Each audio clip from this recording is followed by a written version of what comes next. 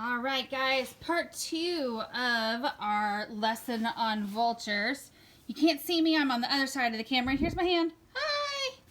All right, I'm going to finish up talking about vultures by showing you the feathers that I collected. And I went and found these down by a cell phone tower next to Panera. Vultures like to perch way up high, either in dead trees or on top of towers. So I just went and I collected these feathers. I wiped them down with a wet paper towel and then I washed my hands after, because sometimes, especially vulture feathers, can be kind of yucky if the vulture has gotten any meat or yucky stuff on there, or if the feathers fell to the ground and then the vultures pooped. So you can see little kind of stains and speckles and stuff on there. So after I touch these feathers, I will go and wash my hands again. But collecting feathers can be really fun. Just making sure that your grown-ups know that you need to wash your hands afterwards. So I have 2 different types of feathers here. The first ones that I wanted to show you, this is a small wing feather. Now here's how you know if a feather comes from the wings of the bird or if it's coming from the chest of the bird or the back.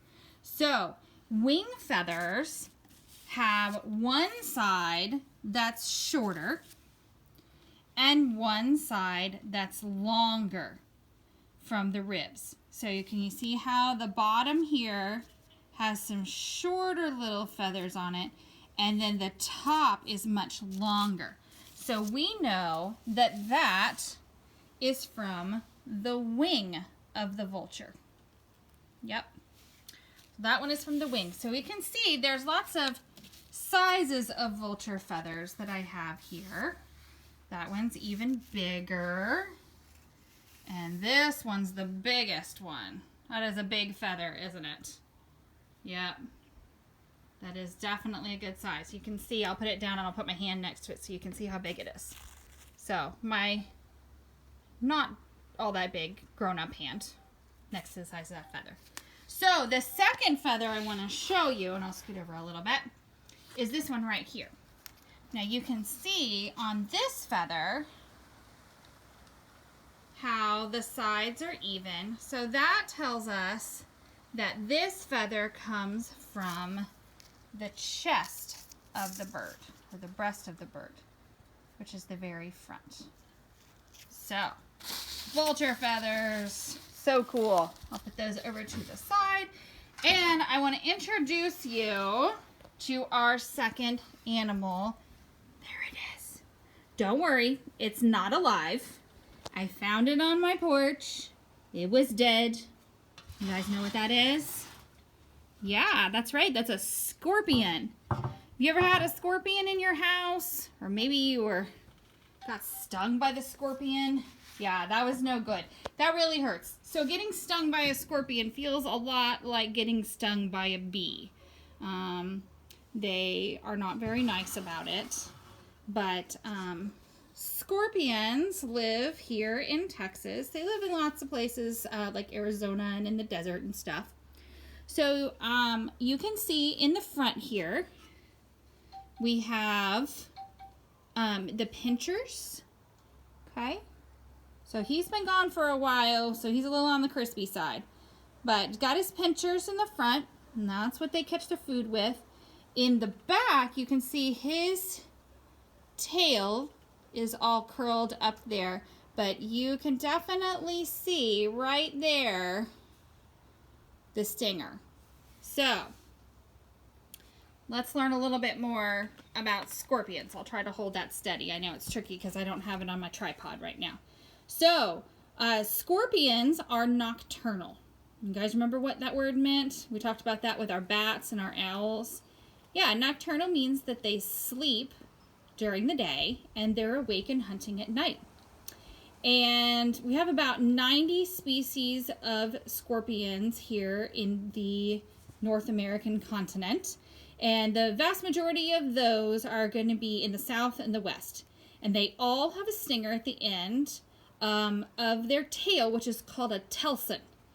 It's actually part of their belly. You know, they hurt when you get stung, but they can't kill you. There is one kind that lives not in Texas. It lives in Arizona. And that kind, that can kill you. So that one's dangerous, but you don't have to worry about dying here. It just hurts. So during the day, the scorpions, they hide under rocks or in bark and trees or under the ground. And then they come out at night to hunt. So interesting thing about scorpions that's a little bit different from other insects, because a scorpion is an insect. It's got 6 legs and 3 parts to its body, just like every other insect out there. You see, we can count its legs. 1, 2, 3, 4, 5, and 6 at the back. Yeah. So he is an insect, or she. So baby scorpions do not hatch out of eggs. They're born just like our babies are, and they ride around on mom's back until they get bigger. And if you go out at night, there's a special light that you can use. It's called a black light. And if you shine it, scorpions will glow in the dark. They have a special kind of protein in their exoskeleton that makes them glow. So I just used a big word. I just said the word exoskeleton. You guys know what that means?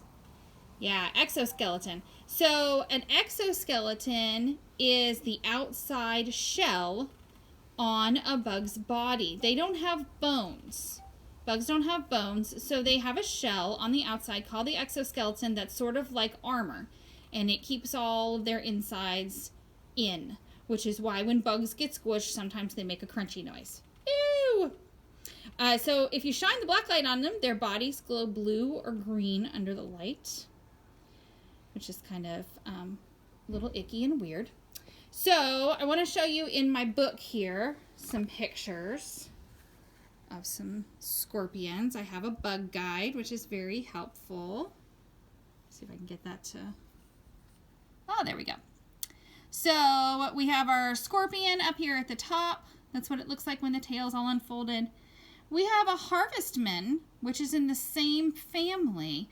A lot of times when we see them here, we call them daddy long legs.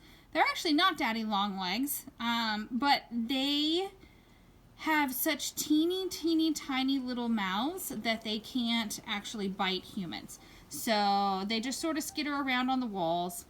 So this big one here, this Vinegaroon, they have those way out in West Texas. And you would think, whoa, Miss Stephanie, that thing is giant and terrifying, and it must be horribly painful when it bites you. And so the funny thing about them is that they don't really bite. So they're harmless. And then we have this sulpige. I'm not sure how to pronounce that, but there's another scorpionish thing right there. And they're also known as camel spiders or wind scorpions, and they run around in the desert. They also do not have any venom. So they look terrifying, but they're okay. They're okay. They look scarier than they are. All right. So one more time, get a good view of our scorpion friend here. If you have any questions about scorpions, maybe you want to know how to avoid a scorpion. Well, if you are careful when you are near piles of rocks and trees and things like that, lifting up rocks and moving wood, that's usually where they're hiding out. Sometimes they show up in our houses in the summer. They get in somehow. And if you have cats, oftentimes the cats will bat them around, and it'll be okay. But just have to kind of watch out for them. They don't like to be pet, but they have a job. They eat little tiny things, and other animals find them delicious. They think that they are tasty. So There you go. Short lesson all about our friends, the scorpions. Bye, guys.